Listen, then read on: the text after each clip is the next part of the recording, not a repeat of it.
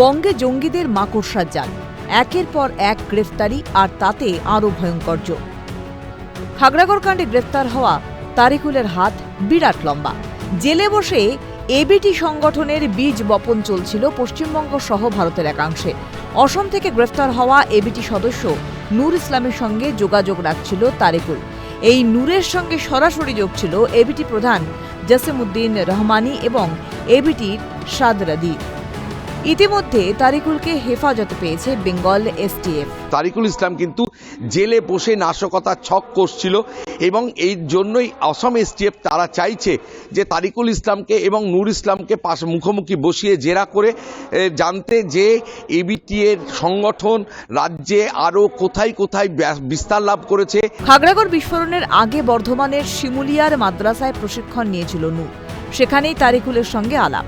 এরপরই সন্ত্রাসবাদী কার্যকলাপে উদ্বুদ্ধ হয়েছিল নূর। বিশ্বস্ত নূরের মাধ্যমেই জাল বিস্তারে প্রক্রিয়া চালাচ্ছিল তারিকুল। অর্থ এবং অস্ত্র সংগ্রহের দায়িত্বে মুর্শিদাবাদের আব্বাস এবং মিনারুল। টার্গেট তরুণ প্রজন্ম এবং মেধাবী মাথা, যাদের দাওয়াতের লোভে সদস্য পদ দেওয়া হতো এবিটি।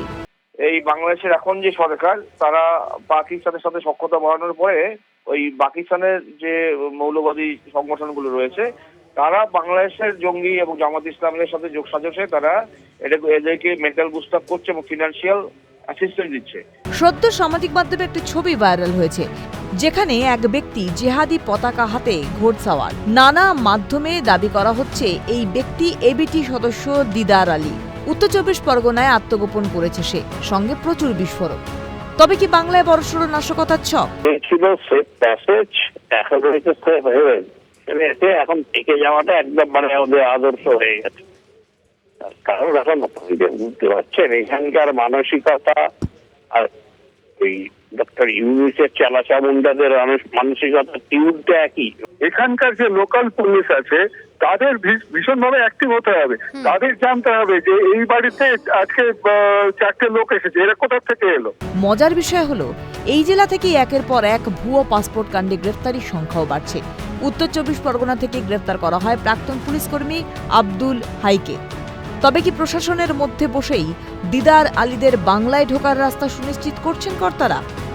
সুভাষিস সৈয়দ ও সত্যজিৎ মুখোপাধ্যায়ের রিপোর্ট, ক্যালকাটা নিউজ।